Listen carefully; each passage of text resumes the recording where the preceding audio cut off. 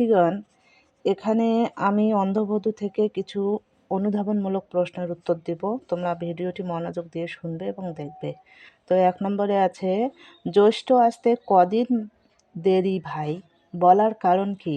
উত্তর, জ্যৈষ্ঠ আসতে কদিন দেরি ভাই বলার কারণ অন্ধবধূ তার অন্তর্দৃষ্টি দিয়ে প্রকৃতিকে ঋতু পরিবর্তনের অনুভব করতে পারে। বাহিরের অবস্থার সাথে তার সে মিলিয়ে দেখতে চায়। অন্ধবধূ কবিতায় একজন দৃষ্টি প্রতিবন্ধীর অনুভবের অসাধারণ জগৎ তুলে ধরা হয়েছে। কবিতায় অন্ধবধূর জীবনের প্রতি গভীর মমত্ববোধ প্রকাশ পেয়েছে। বধূটি তার অন্তর্দৃষ্টি দিয়ে চারপাশের প্রকৃতি, পরিবেশের পরিবর্তন বুঝতে পারে।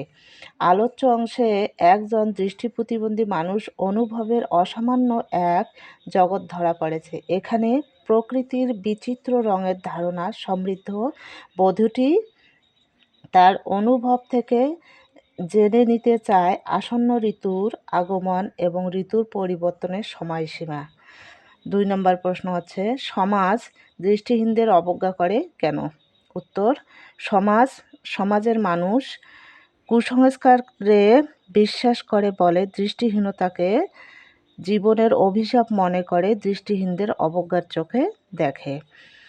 সমাজের দৃষ্টিহীনদের মূল্য ও মর্যাদা সাধারণের মতো নয়, এজন্য দৃষ্টিহীনেরা নিজেদেরকে অসহায় মনে করে। কেউ যখন তাকে ভর্ৎসনা করে, করুণা করে, তখন সে তার অন্ধত্বের কষ্ট গভীরভাবে অনুভব করে। সমাজ তার সেই কষ্ট বুঝতে চেষ্টা করে না। সমাজ কুসংস্কারের বশে অন্ধত্বকে জীবনের অভিশাপ মনে করেন। নম্বর 3, মধুমদির পাশে বলতে কি বোঝানো হয়েছে? উত্তর, মধুমদির পাশে বলতে মধুর গন্ধে মোহময় সুগন্ধে আচ্ছন্ন অবস্থাকে বোঝানো হয়েছে। সমাজ দৃষ্টিহীনদের অবজ্ঞা করে।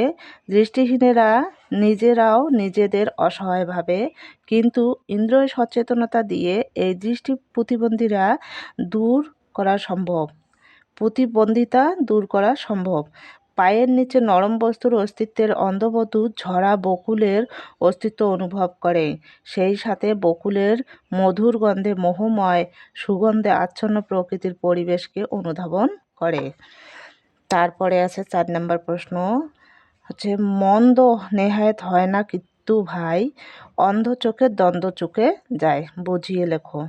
উত্তর, অন্ধ হয়ে অসহায় জীবনযাপন না করে মৃত্যু হলেই এই অন্ধত্বের অভিশাপের মুক্তি ঘটে বোঝাতে অন্ধ চোখে দ্বন্দ্ব চুকে যায় কথাটি ব্যবহার করা হয়েছে।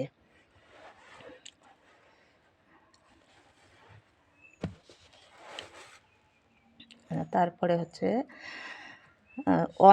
অন্ধবধূ কবিতায় একজন দৃষ্টিহীন গ্রাম্যবধূর অসহায় জীবনের চিত্র তুলে ধরা হয়েছে, যেখানে বধূটি ননদের সাথে চলতে গিয়ে শ্যাওলা পড়া পিছলে দিঘির জলে ডুবে মরার আশঙ্কা করেছে। যখন তার অন্ধত্বের কারণে স্বামী প্রবাসী হওয়ার কথা ও একাকী অসহায় জীবনযাপনের কথা মনে পড়ে, তখন সে আবার ভাবছে যে পা পিছলে দিঘির জলে ডুবে মরলেই সেই অন্ধ জীবনের অভিশাপ থেকে মুক্তি পাওয়া যায়।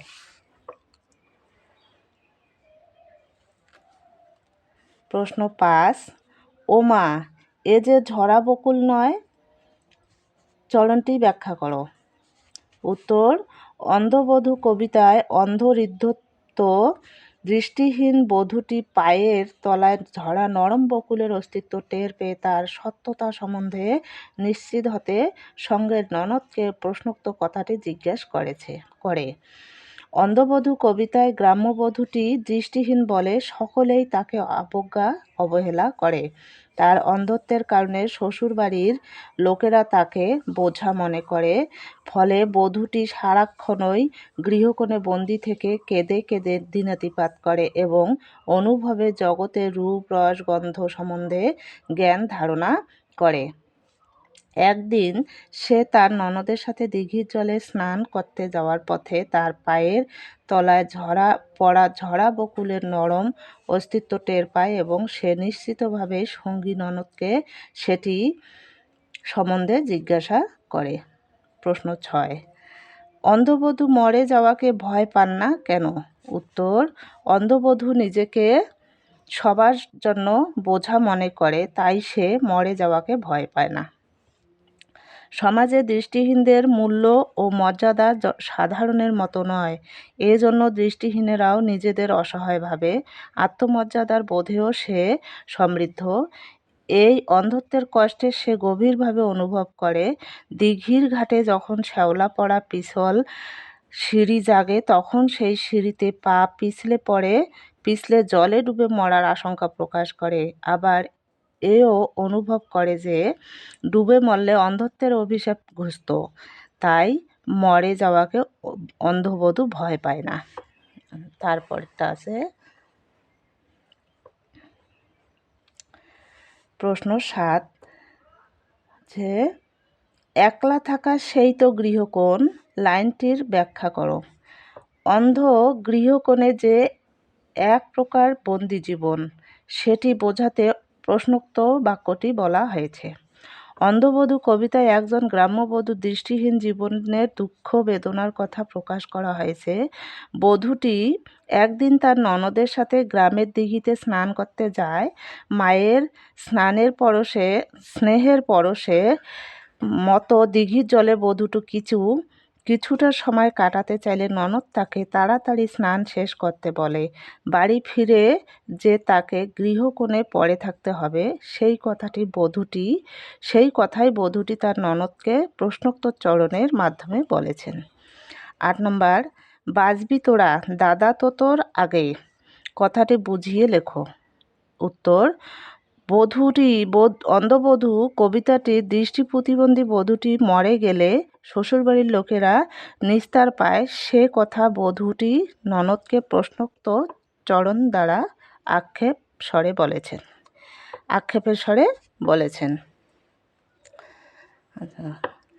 অন্ধবধূ কবিতার এক গ্রাম্যবধূ দৃষ্টিহীন বলে শ্বশুরবাড়ির লোকেরা তাকে বোঝা মনে করে, অবজ্ঞা অবহেলা করে, দূরে সরিয়ে রাখে।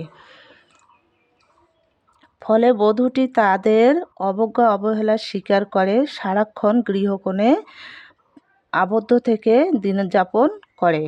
তবে বধূটি একদিন তার ননদের সাথে স্নান করার জন্য দিঘির ঘাটে গেলে সেখানে শ্যাওলা পড়া নতুন সিঁড়ি দেখে পা পিছলে দিঘির জলে ডুবে মরার আশঙ্কা প্রকাশ করে। কিন্তু যখন ভাবে সে মরে গেলে তার অন্ধত্বের অভিশাপ ঘুচে যায় ও তার স্বামীর শ্বশুর ননদরা বেঁচে যায়, তখন সে মরে যাওয়ার প্রত্যাশা করে এবং ননদকে উদ্দেশ্য করে তার ভাইয়ের বেঁচে যাওয়ার কথা আক্ষেপ করে বলে।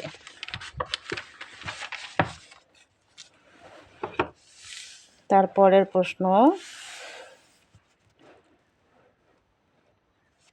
প্রশ্নটি হচ্ছে 9 নম্বর, এই আষাঢ়েই আবার বিয়ে হবে, এই চরণটি দ্বারা কি বোঝানো হয়েছে? উত্তর, অন্ধবধূ কবিতার বধূটি মারা গেলে তার স্বামীর পুনরায় বিয়ের কথা প্রশ্নোক্ত কথাটি দ্বারা বোঝানো হয়েছে।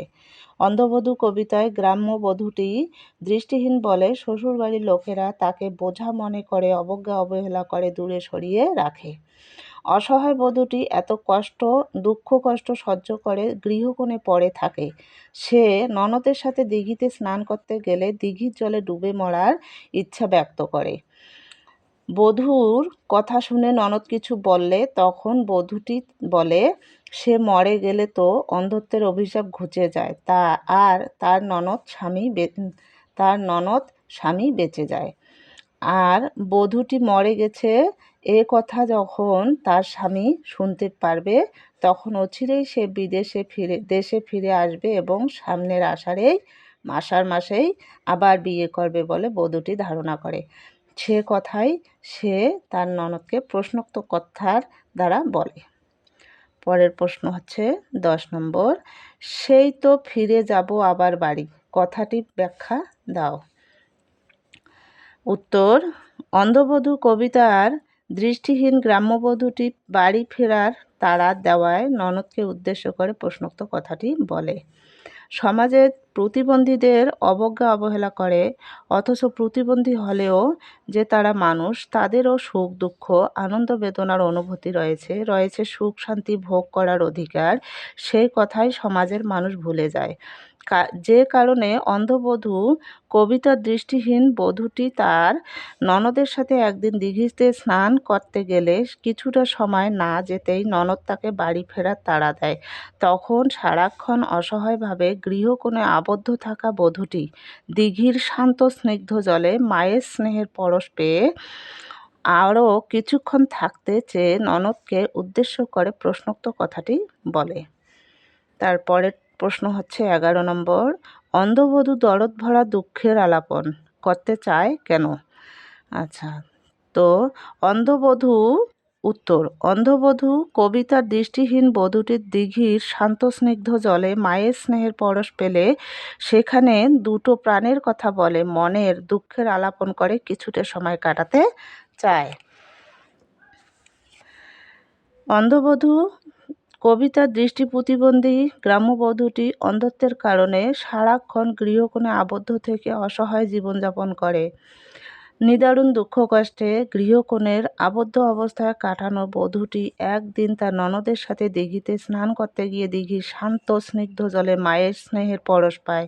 সেখানে দুটো প্রাণের কথা বলে, সুখ দুঃখের কিছু আলাপন করে কাটানোর ইচ্ছা জাগে, কিন্তু ননদ তাকে তাড়াতাড়ি বাড়ি ফেরার কথা বলে। তখন বধূটি গৃহকোণে আবদ্ধ থাকা নিদারুণ অসহায় জীবনের কথা তুলে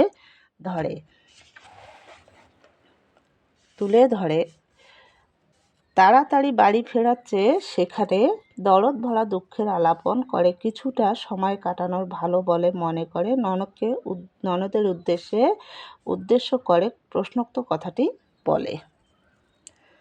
তারপরের প্রশ্ন হচ্ছে 12 নম্বর, অন্ধবধূ ঠাকুরজিকে আস্তে চলতে বলেছে কেন? উত্তর, অন্ধবধূ পায়ের নরম বকুল ফুলের স্পর্শ লেগেছে, তাই সে তার ঠাকুরজিকে আসতে বলতে বলেছে। যখন কোনো মানুষ অন্ধ হয় তখন তার প্রবল অনুভূতি শক্তি জাগ্রত হয়। সেই শক্তির দ্বারা পৃথিবীর রূপ রস গন্ধ তার অনুভব করতে পারে। অন্ধবধূও তার অনুভূতির স্পর্শে বকুলকে বকুল বলে বুঝতে পেরেছে। না দেখতে পাওয়ার কষ্টে সে এভাবেই লাঘব করেছে। পরের প্রশ্ন 13 হচ্ছে, চোখ গেল ওই চেঁচিয়ে হলো সারা, উক্তিটি ব্যাখ্যা করো। অন্ধবধূ কবিতার গ্রাম্যবধূটির দৃষ্টি অন্ধ হলেও অনুভব অন্ধ নয়। সে যখন তার ননদের সাথে দিঘিতে গোসল করার জন্য যায় তখন সেখান দিয়ে এক ধরনের পাখি চেঁচিয়ে যে শব্দ করে যায় তা অনেকটা চোখ গেল শব্দের মতো শোনা যায় বলে সে উক্ত কথা বলে। বধূটি অন্ধ হলেও অনুভবে সে জগতের রূপ রস গন্ধ সম্পর্কে জ্ঞান রাখে বলে পায়ের নিচে নরম বস্তুর অস্তিত্ব, কোকিলের ডাক শুনে নতুন ঋতুর আগমন অনুমান করা, শ্যাওলায় পা রেখে নতুন সিঁড়ি জাগানোর কথা ইত্যাদি বোঝাতে পারে। সে একদিন তার ননদের সাথে যখন দিঘিতে গোসল করতে যায় তখন ওদের উপর দিয়ে কতগুলো পাখি চেঁচিয়ে শব্দ করে গেল। পাখির শব্দ অনেকটা চোখ গেল শব্দের মতো শোনা গেলে বধূটি উক্ত কথা বলে চোখ গেল পাখির কথা বোঝালো। তারপরের নম্বর হচ্ছে 14 নম্বর প্রশ্নে, চক্ষুহীনরা কি কথা কার কাছে? চক্ষুহীনার প্রশ্নটি আরেকবার বলতেছি, চক্ষুহীনার কি কথা কার কাছে, ব্যাখ্যা করো। উত্তর, যে জন্মের তরে তার চোখের দৃষ্টি হারিয়েছে সে কার কাছে তার দুঃখের কথা বলবে, সে তার অন্ধত্বের কষ্ট বোঝাবে, সে কথাই উক্ত লাইনটিতে ব্যক্ত করা হয়েছে। সমাজে দৃষ্টিহীনদের অবজ্ঞা অবহেলা করে বলে দৃষ্টিহীনের নিজেরাও নিজেদের অসহায় ভাবে। কেননা কেউ প্রাকৃতিক কারণে কিংবা কোনো দুর্ঘটনার কবলে পড়ে প্রতিবন্ধী হলে এই সমাজ তাদের প্রতিবন্ধককে অভিশাপ মনে করে তাদের সঙ্গ ত্যাগ করে। আর প্রতিবন্ধীরা সারা জীবন অসহায়ভাবে নিদারুণ কষ্ট করে বেঁচে থাকে। তার একাকী অসহায় অন্ধকারের জীবন নিদারুণ কষ্টের। তার কষ্টের কথা কারো কাছে বলার নেই। আর অন্ধবধূর জীবনের এই নিদারুণ কষ্টের কথাই আলোচ্য লাইনে ব্যক্ত করা হয়েছে। শিক্ষার্থীগণ, এখানে 14টি ছিল অনুধাবনমূলক প্রশ্ন। তো এখানে 14টি অনুধাবনমূলক প্রশ্ন আমি দিলাম। তোমরা অবশ্যই প্রশ্ন কয়টি শুনবে এবং দেখবে।